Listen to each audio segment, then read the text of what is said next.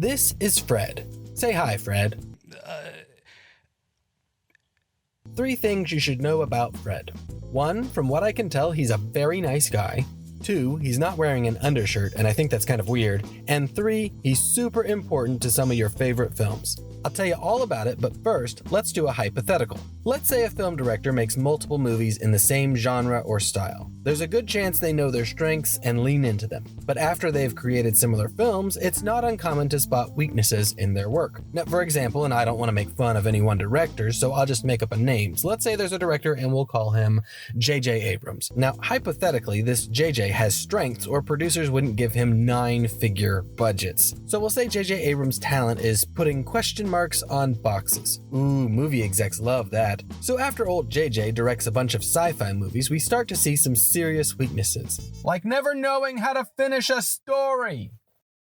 So when it comes to someone like James Gunn, who has now directed 3 big budget films, you'd think we'd start to see some chinks in the director's armor. One's a sequel, but they're all comic book based ensemble films with reluctant protagonists. The Venn diagram overlaps a lot. If I hear the word ragtag one more time, but each of his movies still feels fresh, having a romping good time. Critics and audiences generally agree, so as I sat in my thinking chair thinking about this, I came to the realization. All 3 of these blockbusters are over 2 hours long, and they don't feel like it. I'm sure you've said something similar after watching a movie. Oh, it didn't feel that long. That is a direct result of pacing, when your perception of real time is augmented by your envelopment in the film. The old saying, time flies when you're having fun. We're going to see how James Gunn is not only very good at pacing his films, he's a master pacer. And I think he would appreciate that joke. Pacing is the rate or flow of events that occur in a story. It's not exclusive to film, but good pacing is essential to any movie. Pacing, like music, can have a variety of tempos. Fast or slow are not inherently good or bad, but all of one can leave your audience overwhelmed or bored. Think about symphonies. They speed up, they slow down, there's a dynamic flow that keeps the audience on a journey and enjoying the ride. With films, it's more abstract and opinionated. Google any film and add the word pacing. You'll find negative reviews saying there were pacing issues, but rarely provide any examples. I could take any of Quentin Tarantino's last 3 films, all made after 2010, and give specific examples to where pacing hurt the movie. But heaven forbid you criticize a Tarantino movie, or the wrath of cinema nerds will rain down. Pacing is worked on in 3 different stages of filmmaking: the script writing, the filming, and the editing. What's weird about pacing is it's not talked about in screenwriting as a term, but as a concept. In fact, if you look at all the biggest books on screenwriting, pace is either not brought up at all or mentioned as a term you already understand. Robert McKee's Story mentions it a few times, but only to convey the importance of trimming unnecessary elements of the script to prevent pace killers. Directing books talk about pace, but mainly around the rhythm of dialogue, and editing books talk about tightening your cuts to prevent your pace from slagging. Slagging? Is that a word? Slugging? Shagging? No, it's not shagging. So let's just go to the GOAT, the greatest editor in cinema, and see what he says. Paul Hirsch. You ever heard of him? He's one of the editors who saved Star Wars. Paul Hirsch edited your favorite comedies from the 80s. He did a bunch of Mission Impossible movies. Paul Hirsch edited the biggest box office bombs.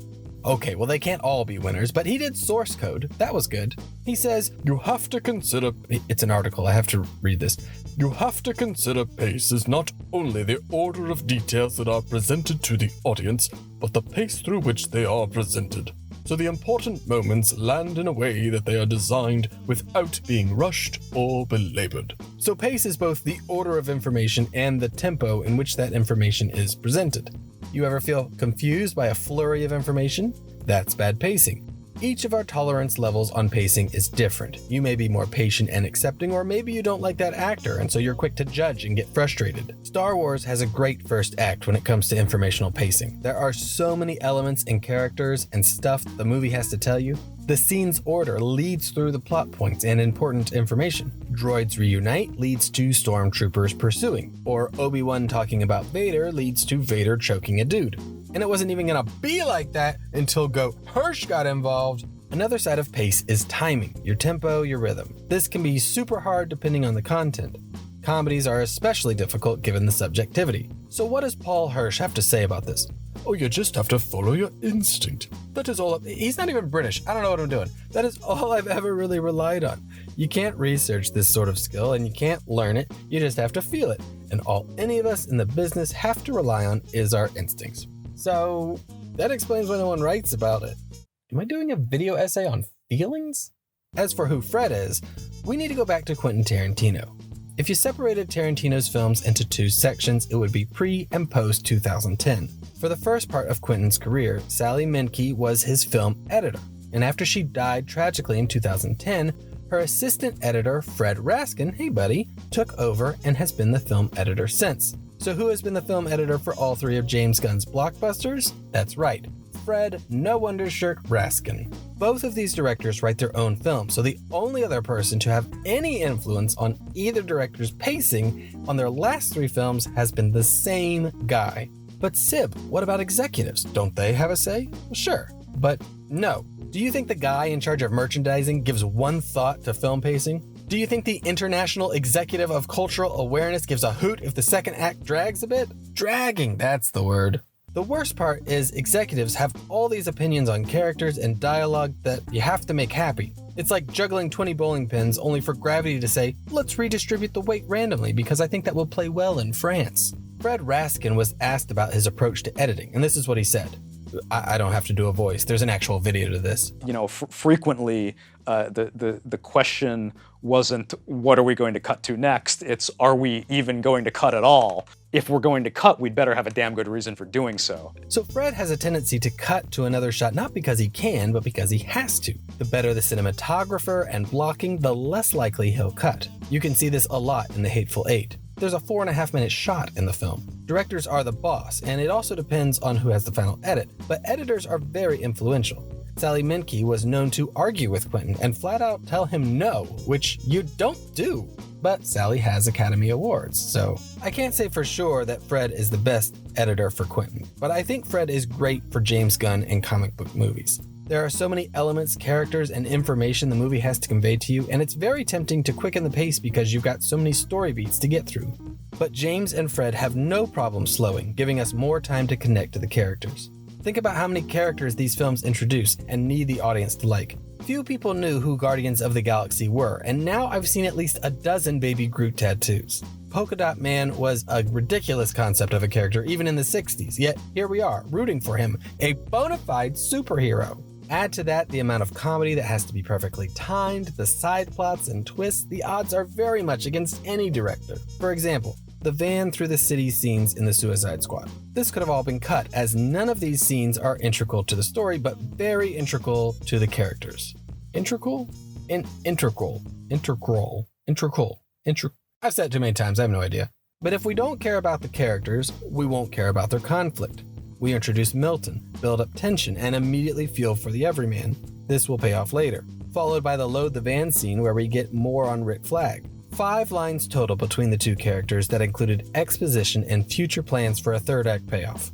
Then a driving sequence which gives the city some character, important as the city will get attacked later. And finally, we get Ratcatcher 2 and Bloodsport's backstories while they bond. One visual, one not. Both will pay off later. See this reaction shot of Peacekeeper? Now we don't have to pause at the fast pace later to build up the tension. All of these scenes are slow paced for the story, but quick for character building. Things are visually unique and everything will have a payoff later. Everything. 100% efficiency. It's kind of insane. I didn't even mention the King Shark stuff building him back to likable, as he did recently try to eat one of the protagonists. As much as I'd like to dissect everything beat by beat, that's like breaking down a recipe and saying, see here, an egg. What's important is to see how hard this was to get right. James Gunn made a souffle on a boat in a hurricane. He is a good director, regardless of the budget. He stated he puts his heart into every character, even the animated ones and the ones killed off in 5 minutes. And like everyone, he has had help. He's learned from the craziest in the industry. He picked his team. He picked Fred, who's not afraid to let the moments breathe. Honestly, anyone who keeps releasing bangers is great at pacing.